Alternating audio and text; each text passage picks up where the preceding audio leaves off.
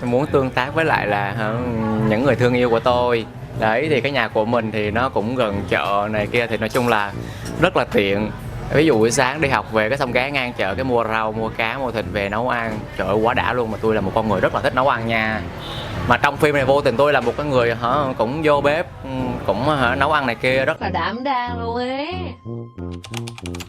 ý là thật ra là hồi học sinh thì khoa học không có ok lắm nha, khá thôi. không có ok lắm, nên là mỗi lần mà quay cái cảnh đó tôi cứ nhớ là những cái khoảnh khắc mà soạn bài này. Tại vì hồi xưa là sẽ có cái kiểu là phải đi hôm sau là học bài mới là phải soạn bài mới, còn bài cũ là vẫn là bài tập, rồi học thuộc bài để mà lên lớp là cô sẽ dò bài nữa, nên là rất là sợ nha cả nhà, rất là sợ cái khoảnh khắc mà học bài á, rất sợ luôn. Cho có lên đại học là tôi rất là thích học thôi. Còn nhưng mà hồi từ cấp 3 trở về trước á thì rất là sợ cái việc học. Chơi gọi là chơi làm những cái trò mà nó phá, nó kiểu quậy á.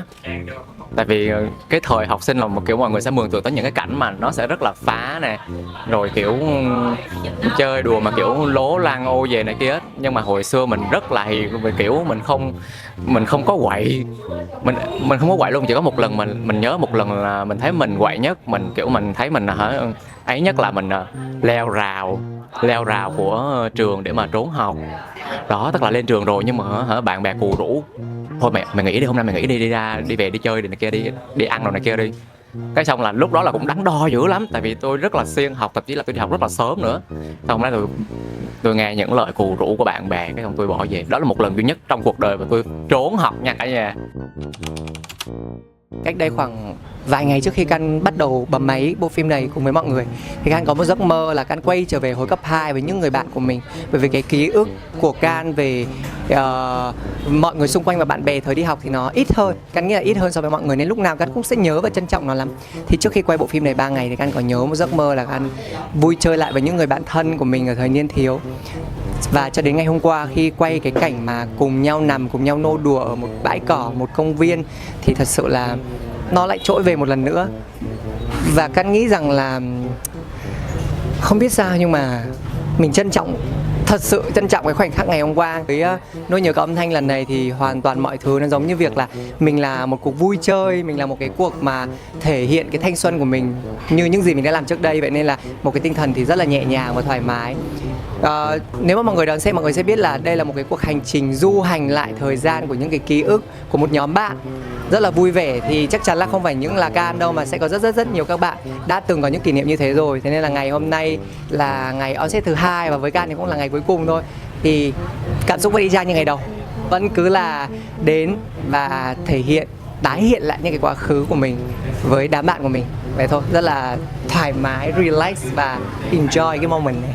Nếu mà có được vài lời có thể gửi đến những vị khán giả yêu thương của tụi Can thì Can mong muốn nói rằng là mọi người ơi, tụi Can đã cố gắng, cống hiến và làm tất cả những gì mình có thể để có một cái tác phẩm đẹp, để có những dự án hay để dành đến cho tất cả mọi người cùng đón xem và cùng thưởng thức. Vậy nên là nếu mà được thì mọi người hãy ủng hộ, chia sẻ thật rộng rãi và cũng như là tiếp sức cho tụi Can để có thêm nhiều động lực làm hơn những cái sản phẩm sắp tới trong tương lai nữa. Và đặc biệt là hãy ủng hộ LJ Label và Nếu Nỗi Nhớ Có Âm Thanh.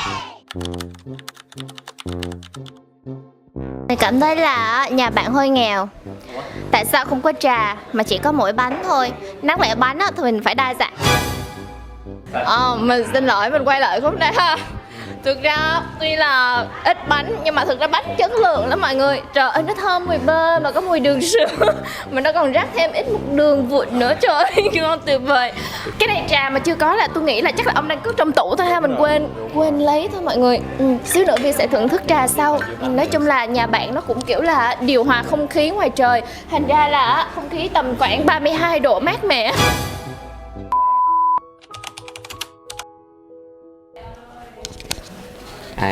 Ai trả lời? Không, em nói trước. Thôi cái gì khó để Khoa lo.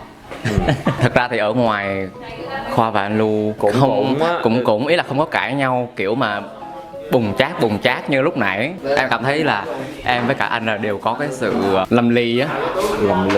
Còn đối với anh thấy á, Luân với Khoa thì không có kiểu là sẽ cãi nhau ì xì đùng hoặc là như vậy trong phim, nhưng mà đối với Luân với Khoa ở ngoài á, thì mỗi người cá tính của hai đứa mình rất là mạnh và mỗi người đều có những cái quan điểm riêng và ai cũng muốn bảo vệ cái quan điểm của mình. Ban đầu tụi mình cũng sẽ hơi gay gắt một chút xíu, mà tụi mình vẫn luôn nghĩ là mình sẽ tìm những cái tốt nhất cho những cái sản phẩm của tụi mình. Đối với bản thân luôn cũng hay cọc á, mà dạo gần đây thì cũng hay cọc nhưng mà đỡ lắm rồi. Đỡ lắm rồi hả? Thì em nói chung em cũng vậy, em cũng y chang á. Em xin lỗi. Anh cũng xin lỗi em, có gì thì bỏ qua nha. Ok. Ok, cảm ơn mọi người nhiều. Nó không có một cái từ để gì diễn tả mọi người. Buồn có, vui có, bực mình có, cọc có, tất cả mọi cảm xúc vừa 3 ngày qua rồi mình đều trải qua hết. Nhưng có một điều động lại là mình cảm thấy là cái lần này tất cả mọi người làm việc với nhau, cho dù đây là cũng có rất là nhiều giống như là ekip, là mình có những người mình chưa từng làm việc.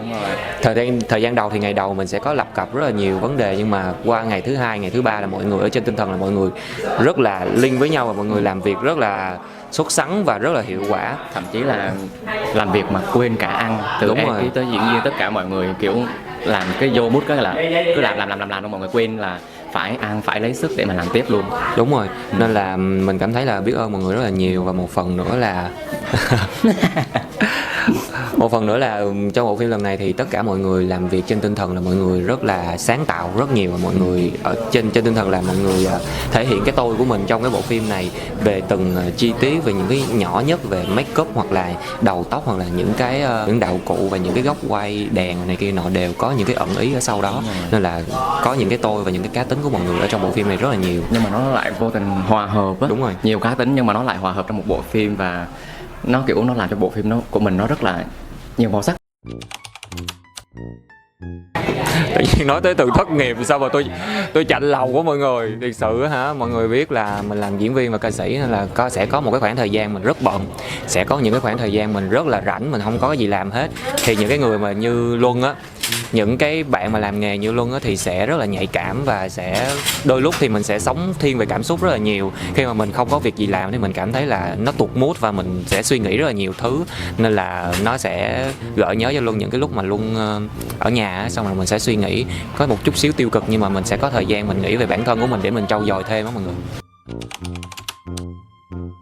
Nghiêm thất nghiệp mà Hải Âu thì không đi học không làm gì hết thì tiền nhà ai trả, thì anh nghĩ là ở được tháng đầu tiên nó bị đuổi cổ ra đường xuống gầm cầu ở rồi mọi người. Anh nói là Nghiêm thì đi, Em ơi, em thì ở nhà đi học, lại anh nói em cái kiểu rất là vô dụng. Đây nói nghe, cái này là bạn này hỏi chứ không phải là anh nói.